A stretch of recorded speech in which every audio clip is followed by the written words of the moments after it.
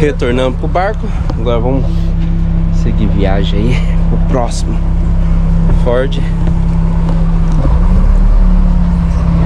Vamos falar antes começa a andar. Senão.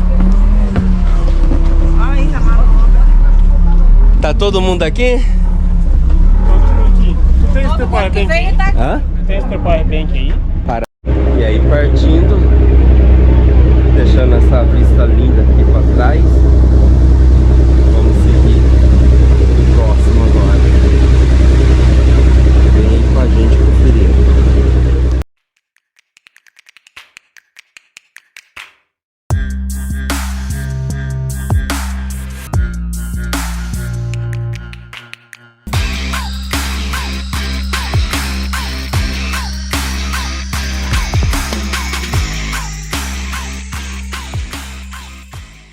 Companheiro, tá? Aproveite. Chegando aqui, ó. Por você. Isso. Olha que bonito. Vamos ficar aqui embaixo por enquanto. Se alguém quiser ir no banheiro entrada. rapidinho, aqui tem Há uma placa ali na frente. E olha aqui.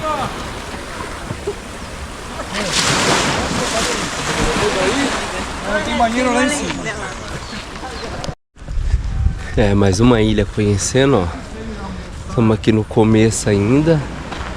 Passando pelo armazém. Olha que estrutura antiga, né, cara?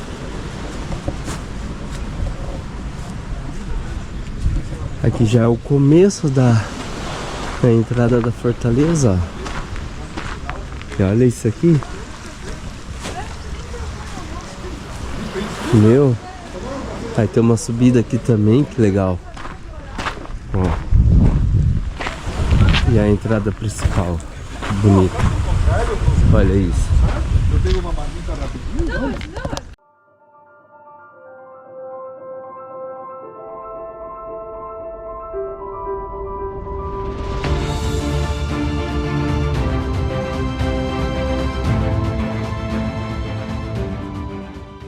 Vídeo é que é nova a propaganda também. Que tem uma loirinha fazendo a propaganda da empresa, mostra tudo no barco, tudo filmado no barco. Bom, eu não cobrei os direitos de imagem, agora que estou ligado nisso. Ah, agora já é tarde. Não, agora não é tarde nunca. Ah, lógico que é. Por que já é tarde? Hã? Bom, tá depois. Que você não falou antes. Não sei. Bom, vamos começar então falando, apesar que eu... quando eu expliquei o nome foi para o senhor, não foi no microfone, foi só para o senhor. Beleza, então vou falar para vocês porque não estava lembrando se tinha falado no microfone ou na minha voz. Então foi na minha voz. Eu vou explicar para os que não sabem. Essa ilha se chama Anhatomirim, a ilha. O nome da ilha é Anhatomirim. Essa palavra é da língua tupi-guarani. E quem praticava essa língua eram os índios. Os índios da tribo Carijós, que era o nome da tribo. Eles foram os primeiros habitantes da ilha. O que quer dizer Anhatomirim, em português, é pequena toca do diabo. E por que isso? Porque aqui tem muitas canas de bambu. E as canas de bambu, por causa do vento, quando elas se mexem, fazem um barulho. E esse barulho que as canas fazem, quando elas se mexem, os índios, quando escutavam, pensavam que era a voz do espírito do mal. Por isso o nome Anhatomirim, pequena toca do diabo. Essa fortaleza foi construída em 1739. A diferença da outra que eu falei, que foi em 1741, essa daqui foi a primeira das três em ser construída. E é a maior em estrutura, a maior em tamanho. E vocês vão ver na hora da gente dar essa caminhada que eu falei. Primeiro eu vou falar dos degraus, onde vocês estão em pé na escada. Esses degraus são de mármore português. Estamos falando que esse mármore é original de Lisboa, Portugal. E como veio parar até aqui? Ele veio como lastro. E para quem não sabe o que é o lastro de uma embarcação, é o que leva o barco na parte bem de embaixo. Tem que ser um material bem pesado para o barco não se balançar muito. Então os portugueses traziam o mármore e trocavam com os índios por joias e outros elementos. Nesse caso, os portugueses foram espertos. Só nesse caso. Porque depois vou falar outra coisa. E você que me falou, principalmente, estou falando de ti, essa fachada que você está vendo aqui, que também é importantíssimo falar, e poucos param aqui nesse lugar onde eu estou para poder falar dessa fachada. Viram que parece um pagode chinês? O sistema, o modo de construir? Então, porque se inspiraram nas construções chinesas. Então, quando eles construíram, o tipo de fachada também parece uma construção religiosa. Isso foi feito de propósito pelos portugueses para enganar os espanhóis. Os espanhóis eram muito crentes, muito religiosos. Eles não atacavam construções religiosas. Então, por isso, os portugueses fizeram isso daqui. Porque daqui embaixo não conseguiriam ver também o que tem do outro lado da fachada. Então, alguma marcação inimiga, falando dos espanhóis, se alguma marcação espanhola passar por aqui, não ia conseguir ver o que tem do outro lado da fachada. Eles poderiam pensar que só tinha alguma igreja, alguma capela e mais nada. Pelo estilo do formato que vocês estão vendo aqui. Por isso, a fachada que vocês estão vendo. É a única entrada, a única fachada que vocês estão vendo dessa fortaleza no mundo. Não tem outra fortaleza que o ingresso seja como essa fachada que vocês estão vendo aqui agora. Vamos subir, pessoal. Esse treino de perna tá bom. Patrimônio histórico e artístico nacional. A maioria passa por essa placa, nem enxerga o que está dizendo ali. É muito pequenininho. Para que vejam que também não deixa de ser importante.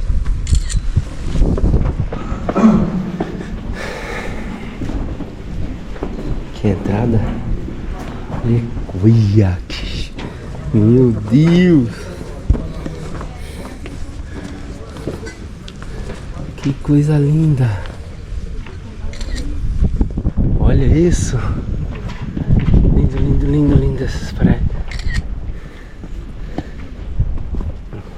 Olha. Mais pra cá então.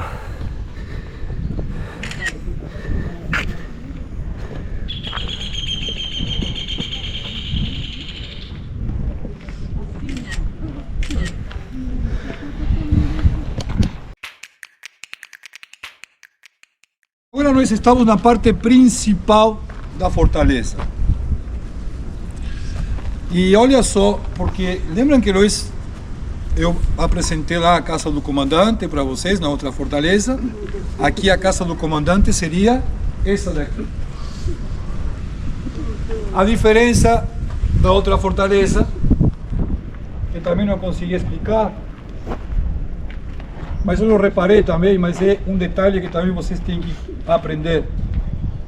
O telhado da casa do comandante é aquele sistema de eira sem beira. Agora, se vocês observam os outros telhados, não é igual. E era justamente para diferenciar a casa da jerarquia das outras construções. Então, por isso, a casa do comandante foi essa daqui. Como também pessoal de Santa Catarina, que não sabe, e que também é importantíssimo, e que também faz parte da história, é que vocês estão na frente da primeira sede do governo de Santa Catarina.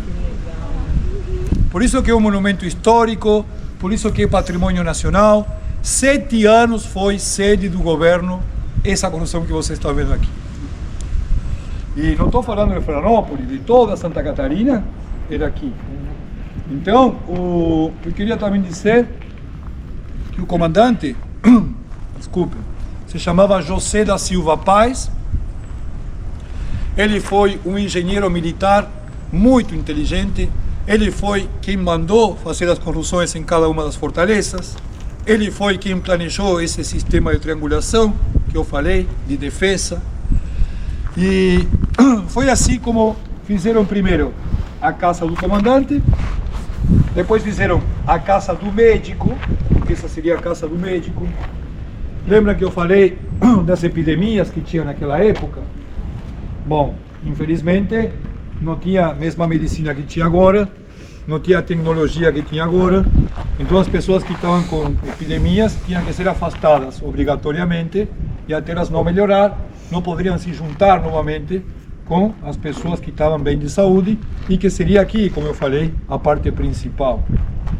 Esse pedacinho de mármore que está instalado ali atrás, não vão pensar que é a cabeceira da cama do médico.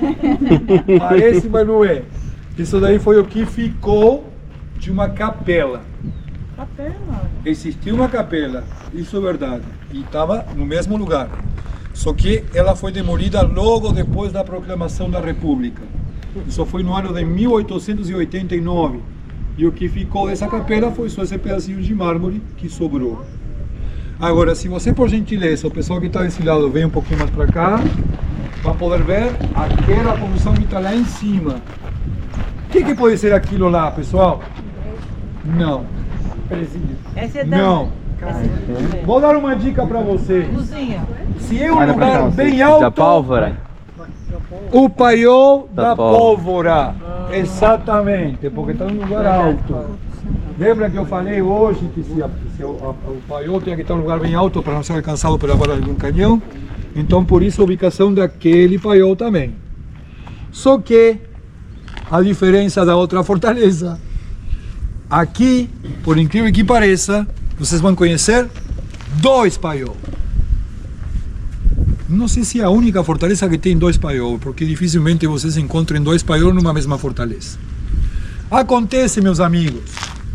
Lembram quando eu falei que os portugueses foram espertos só quando eles trocaram as joias pelo lastro que eu falei?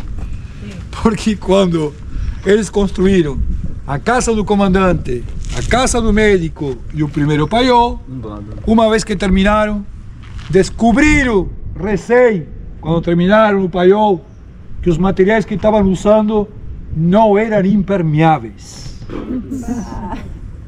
Para que vocês fiquem mais ligados, fizeram para nada aquela construção. Isso sei que mais ou menos eram... O quê? Então, não, eu ia falar, mais ou menos eu sei que eram aproximadamente uns 356 soldados, e todo mundo posicionado do mesmo jeito que nós estamos agora, olhando para aquela construção, um silêncio total, e de repente se escuta uma voz lá no fundo que diz: "Não acredito, cara, nunca vamos usar essa porcaria!" E aí outro fala: "Cara, relaxa, relaxa. Não tudo foi em vão. Daqui a 300 anos vai vir um narigudo a querer quitar. Não podemos deixar ele sem trabalho. Deixa assim como está e vamos fazer outro paiol." E aí fizeram um segundo e novo paiol, que é aquele que está ali atrás. E esse sim fizeram com materiais impermeáveis. Agora vocês estão vendo que ele está muito mais baixo que aquele outro. Então aquele era muito mais vulnerável para ser alcançado pela bala de algum canhão. Olha só a altura onde ele está. Mas acontece que esse daí fizeram com uma parede dupla. Justamente por se chegasse a explodir a pólvora, como ia ser mais vulnerável em ser alcançado, não ia se espalhar por toda a ilha a pólvora. Ia bater na segunda parede, que seria a parede do lado de fora. Isso vocês vão poder ver bem direitinho quando a gente dar a volta à ilha, porque nós vamos aparecer por lá em cima, assim como vocês estão vendo. E na hora da gente descer por lá, vocês vão poder olhar para a esquerda e vão poder ver essa parede dupla que estou falando daqui. Tá bom? Vamos seguir, gente, que temos muita coisa para conhecer. Vamos lá. Não se atrasem. Vamos. Essa casinha que está lá, essa casinha que está lá, Sim, senhor. agora que sim, depois pergunta, e aquele não está aí? Aquela casinha que está lá, vocês estão vendo que está como meio inclinada para esse lado de cá, certo? Isso é porque foi construída num lugar precisamente estratégico, por isso está construída assim. Porque nessa casinha era onde eles guardavam os alimentos. Lembrem-se que naquele século não tinha geladeira, não tinha freezer. Então tinha que guardar os alimentos num lugar que fosse bem arejado, bem ventilado. Por isso a ubicação dessa casinha ali. Porque em qualquer um dos ângulos onde ela está ubicada, vem arzinho de cima, vem ar desse lado. Então sempre está ventilada. É a denominada Casa da Farinha, porque a farinha de mandioca era o elemento principal da época. Sim, sim. Agora, essa outra construção que está aqui, sabe que construção é essa daqui? Olha só o tamanho da criança. Esse daqui era o quartel da tropa dessa fortaleza. 70 metros de comprimento, mede, por quase 20 de altura. E nós estamos na frente dos dois calabouços que existiam naquela época. O calabouço VIP, com duas janelas, com vista para o mar, que não dá para ver o mar agora. Eu sempre falo, indico o mar e não está o mar ali. E o calabouço não VIP, que não tinha serviço de mucama, nem frigobar, nada, que é o que está ao lado esquerdo. Aqui em cima, ao longo, era o alojamento dos soldados. E vocês viram que a maioria das construções nessa fortaleza estão todas fechadas, as portas, ou tem essas faixas de segurança para não poder ultrapassar. Sabem por quê? Por incrível que pareça, quando eu falei que começou a pandemia e aproveitaram para reformar a fortaleza de Santo Antônio, vocês viram a diferença? Que a fortaleza tem as paredinhas bem pintadinhas, tudo arrumadinho. Isso aqui não. Falaram que depois da pandemia iam fazer a reforma, não importa se tiver pessoas ou não na fortaleza. Já passaram 2 anos. É, Santa Catarina. Vou ver. E outra coisa, outra informação que eu vou passar para vocês e que eu estou sabendo. Não estou duvidando no que tenham me falado que seja mentira. Não tenho dúvidas. Falaram que o governo deu 52 milhões de reais para fazer a reforma. Cadê os 52 milhões? Tá, deixa assim. Só sei que depois que vi todas essas faixas que até agora elas estão do mesmo modo que estão desde que reabriram a fortaleza até agora, aí eu disse, como vou trazer uns passageiros para cá se os caras estão pagando o ingresso para quê? Para ver as construções do lado de fora? Porque não tem como entrar. De que maneira uma pessoa vai poder visitar uma fortaleza assim? Mas eu sou um guia diferente, vem comigo. Pulando a janela ali. Não, não é tanto como isso. Eu já pulava. Você gosta de pular cerca? Mas Sim. eu vou falar. Sim.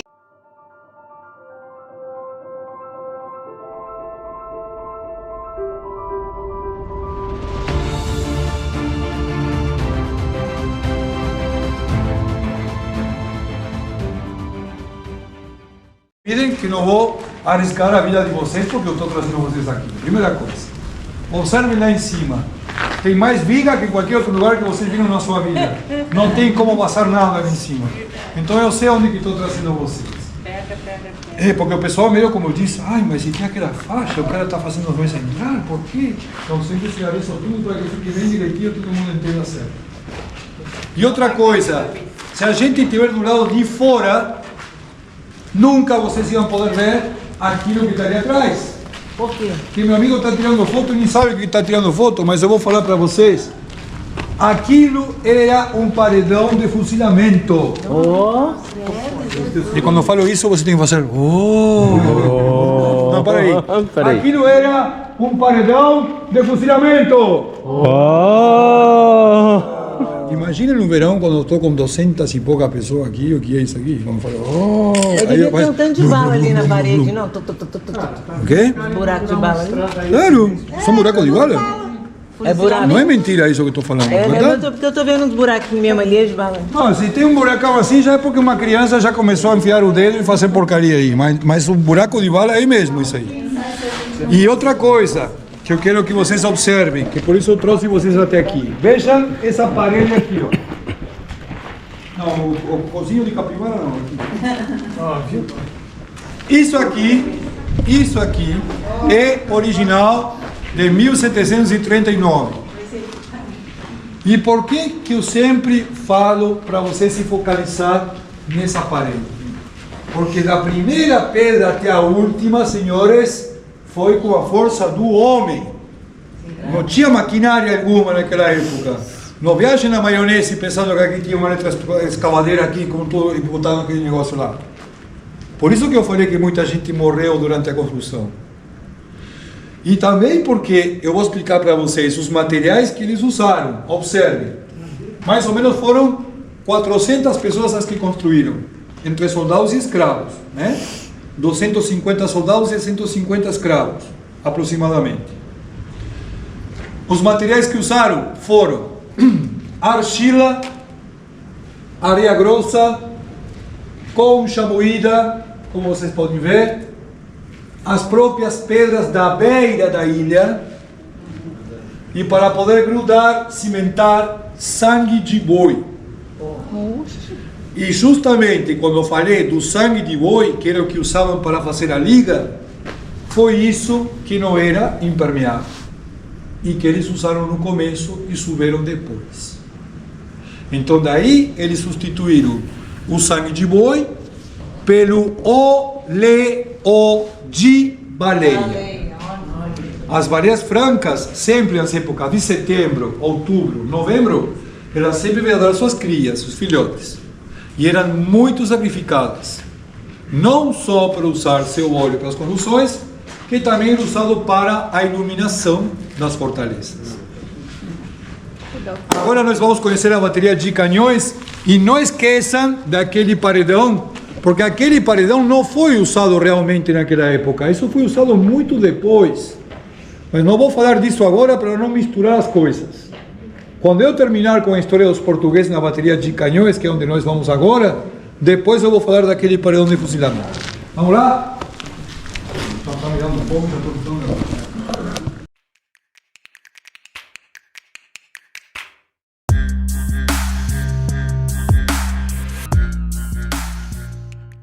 Passou o ombro da comida, aqui na frente. Passou na frente da Ó o câmera. gavião ali, cuidado. Aquela 5 reais sagado? Vou ser um cliente. Aquela bolsa ali tá cheia de comida. Eu vou falar para vocês como era que se disparava um canhão. Ô Alicia, olha só. Você viu um canhão alguma vez? Isso aqui é um canhão. E sabe como se disparava um canhão? Bem simples. Primeiro, botava na pólvora.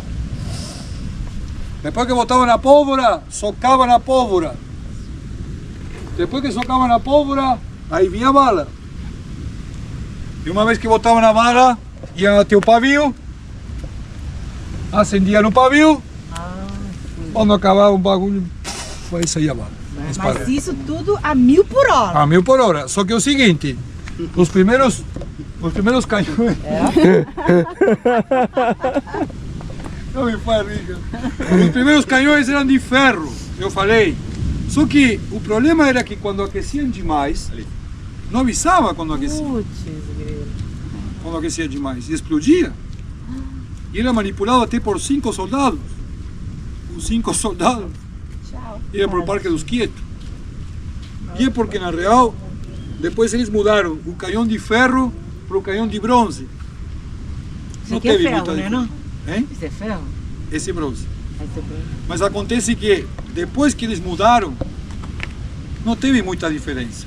A única diferença era que demorava um pouco mais a explodir. Mas também acontecia a mesma coisa.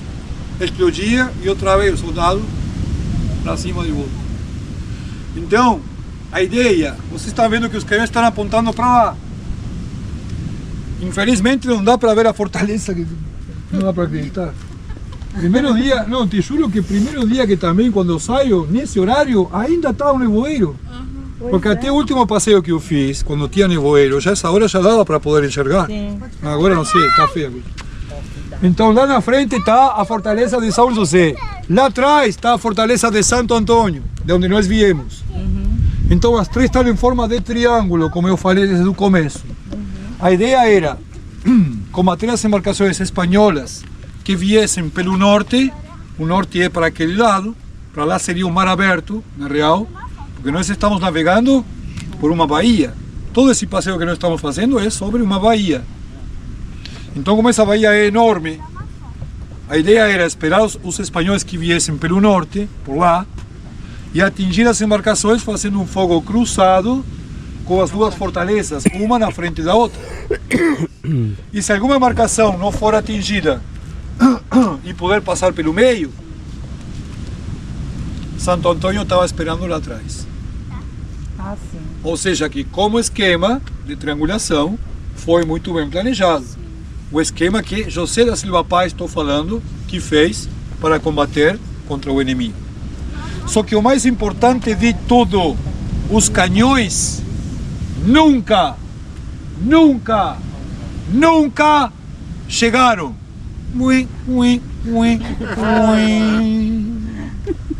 O correio, o Sedex, era uma porcaria naquela época. Você pediu uma coisa, não chegava nem a tempo nem a destino. Sabe o que foi que aconteceu?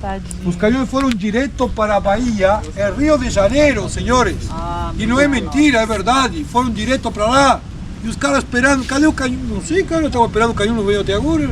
Ah, mas Santa Catarina ainda faz isso. Então, sim. A gente até que uma compra, vez tem tá lá em São Paulo, mas não tá aqui. Curitiba. Tá Tá lá aqui. no lote. Tá- meu Deus. Mais de uma vez eu falei e já me tocou funcionário de Sedex aqui na minha frente, falando: ei, não, Sedex é uma empresa boa, nunca falta uma. Mas tá bom. Então, Tudo bem. para ser sincero com vocês, não teve guerra, pessoal, não teve guerra, não teve confronto, porque José da Silva Paz não tinha o armamento necessário, não tinha a quantidade suficiente de soldados para se defender. Estavam chegando mais de 13.000 soldados espanhóis e aqui não tinha nem 2.000 pessoas. Como ia fazer o cara para poder combater com tudo isso? E sem armamento. Com armamento, mas um armamento que não ia... A vara, quer saber? Que não falei? A vara do canhão, a distância da vara do canhão Eu ia perguntar isso. era de 500 metros.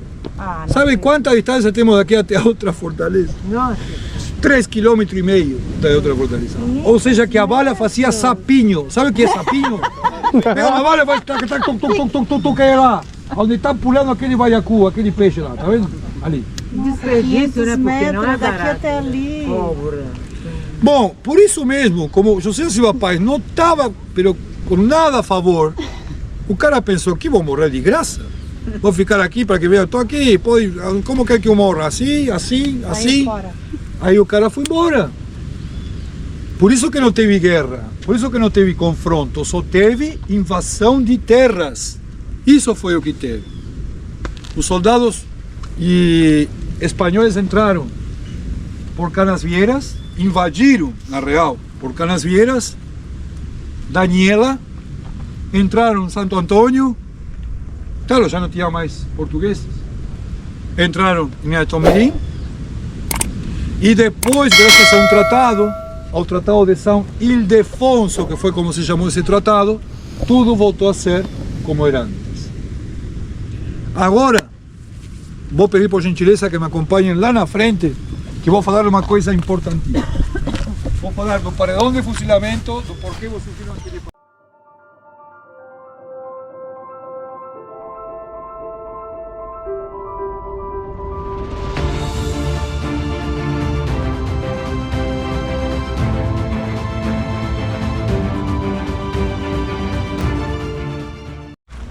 Nós estamos na frente da árvore dos enforcados. E agora sim que vou falar, porque tem relacionamento com aquele paredão de fuzilamento que eu tinha falado para vocês.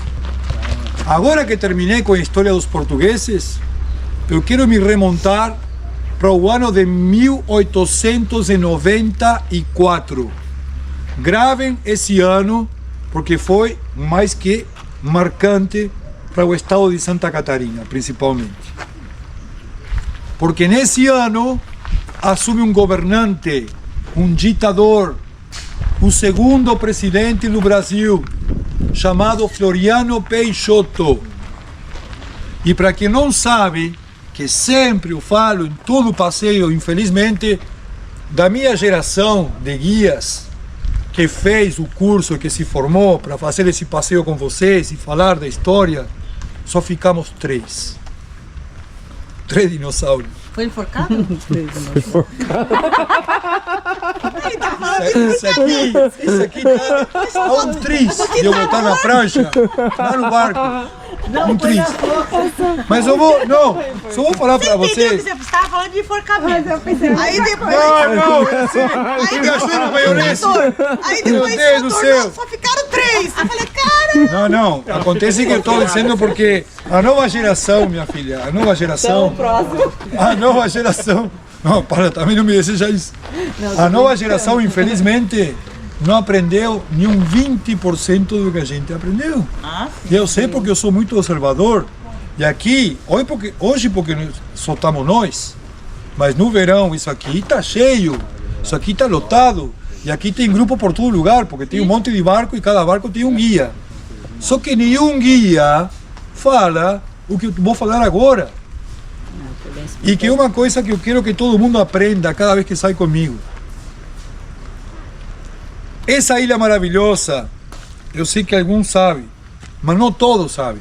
Igual seja uma pessoa que não saiba, eu já fico feliz da vida de que aprenda comigo isso. Essa ilha maravilhosa nunca se chamou Florianópolis. Nunca se chamou Florianópolis. Verdade. O nome verdadeiro era Nossa Senhora do Desterro. Esse era o nome verdadeiro. Como era um nome comprido, chamavam de Desterro também. Só Desterro. Mas esse era o nome e poderia ser até hoje. Porque é estranho também falar isso para uma pessoa que desde que nasceu e conheceu como nome de Florianópolis, é difícil botar na testa de falar Nossa Senhora do Desterro. Mas esse era o nome verdadeiro. Quando esse governante, esse ditador assume o governo, o que o cara fez?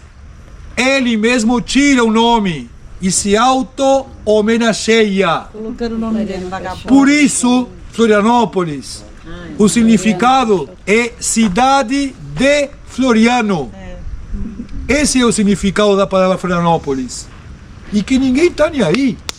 Não sabem nem o que quer dizer. Uma vez eu escutei que um passageiro falou assim, Florianópolis está cheio de flores.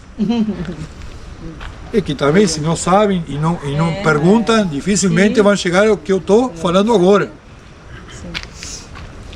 E toda pessoa que não estava de acordo com o governo desse ditador ia ser preso. E não eram presos políticos, como falam por aí, que é uma babaquice enorme escutar que foram presos políticos. Eram pessoas comuns. E não era só aqui que traziam, era para diferentes locais. Só que esse local também fez parte. Então eles traziam essas pessoas. Olha só, os portugueses tinham feito tudo para eles, até porque encerravam no mesmo calabouço que tinham feito os portugueses. E depois, sem chance alguma, executavam essas pessoas. Ou levavam para o paredão de fuzilamento que vocês viram, ou traziam para cá, para essa árvore dos enforcados, enforcando as pessoas. Assim era como executavam. Aqui não tem cemitério. A diferença do outro que eu falei, que estava o cemitério de Lazareto, e que também foi totalmente diferente do que eu falei em quanto às mortes.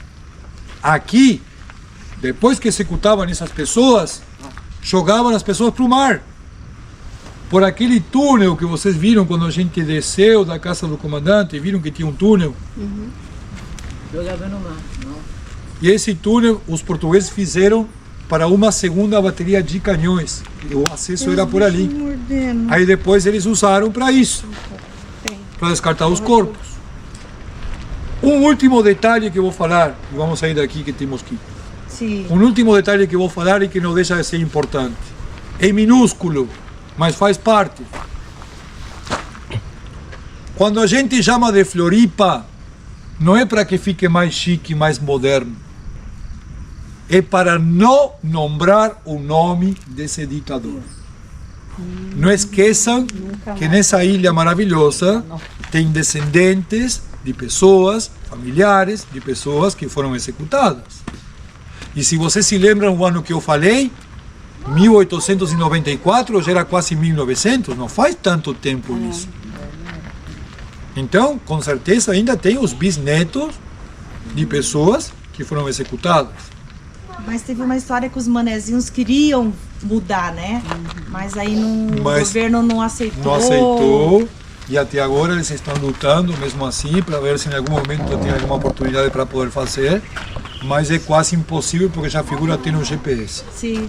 Então, sempre que eu termino de explicar isso que eu estou falando até agora, sempre que termino de falar tudo isso, eu pergunto: Levante a mão quem aprendeu isso por primeira vez comigo agora. Levante a mão. Viram que eu digo que por mais que tenha alguma pessoa que saiba, sempre a maioria não sabe.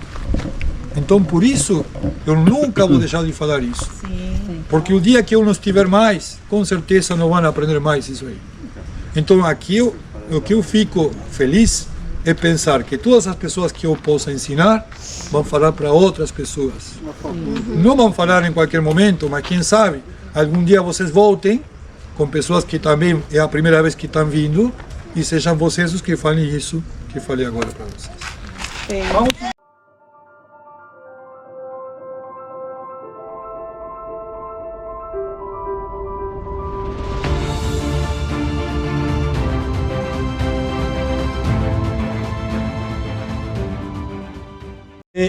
Essa construção aqui na frente que foi a estação radiotelegráfica, isso aqui já não pertence ao século XVIII. Quando eu falei que a Marinha Brasileira tinha ocupado também a fortaleza, isso foi na Segunda Guerra Mundial. E quando eles ocuparam, eles fizeram duas construções a mais. Uma delas foi essa daqui, a estação radiotelegráfica, e a outra foi a usina de eletricidade, que está para lá embaixo. Só que a gente não vai ir por lá, porque está interditado. Vamos subir por aqui agora. Vamos lá.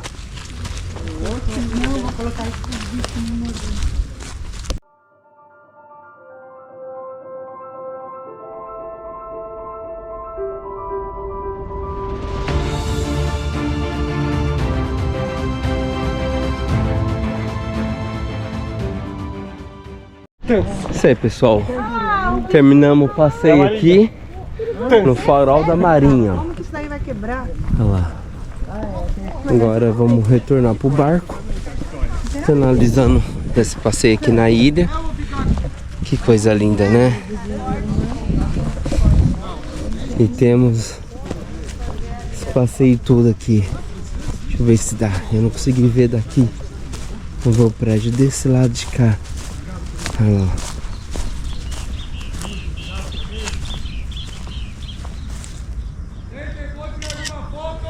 Ah, que lindo. E vamos indo. Vamos partir, vamos voltar. Fechar mais esse episódio aqui. Olha lá o armazenamento de pólvora, né? Igual ele falou que estava explicando, são duas paredes. É um murado, todo fechado, ó. E a casa construída dentro, que da hora. Bem legal, né? Bem fechadinho. E vamos seguindo aqui, ó. Finalizando mais esse episódio. E tirar foto, né? Do local, aproveitar.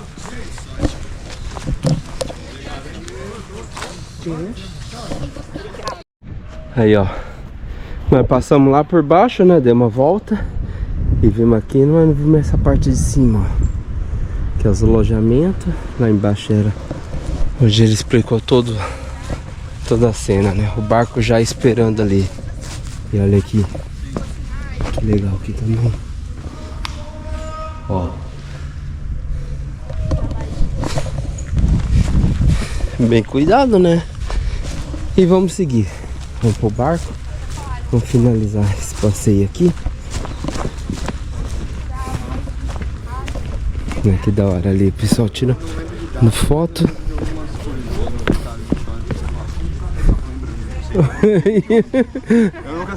Tá na melhor vista, né? Isso aí, pessoal, Fortaleza Santa Cruz, visitada aqui, filmada, registrada. Vocês conferem aí todo esse percurso. Finalizando agora, né, Jorge, esse passeio. Agora vou pegar o barco de volta. E aí, ó, o nevoeiro já dissipou. Agora dá pra ver mais. E olha que vista linda que tem daqui. Só foi esperar o passeio acabar, né? Então, muita sacanagem. Agora vamos retornar pro barco e retornar aí pra casa agora. Valeu, galera. Espero que vocês tenham gostado. Se inscreve aí no canal. Deixa aquele like e dá essa força aí.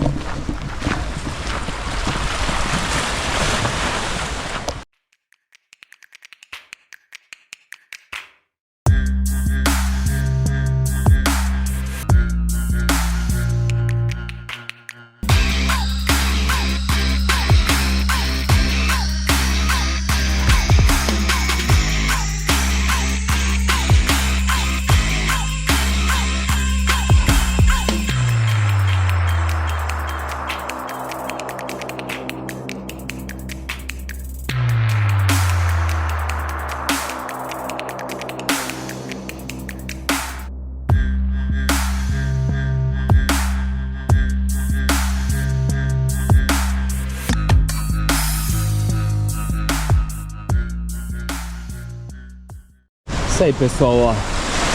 Nós estava lá do outro lado no restaurante. Fomos ali para mostrar que é um monte de barco de pescador. E olha que coisa linda dessa parte da praia aqui. Bem bonito. Ah, e dava para subir por aqui. É, aí, ó. Não tem graça. Olha que coisa linda. Finalizando aí com vocês, domingão. Mais um dia de trilha, mais um ponto visitado aqui em Santa Catarina. 2 Ford hoje, vocês acabaram conhecendo. Galera, valeu a todos. Fica aí com Deus. Até a próxima.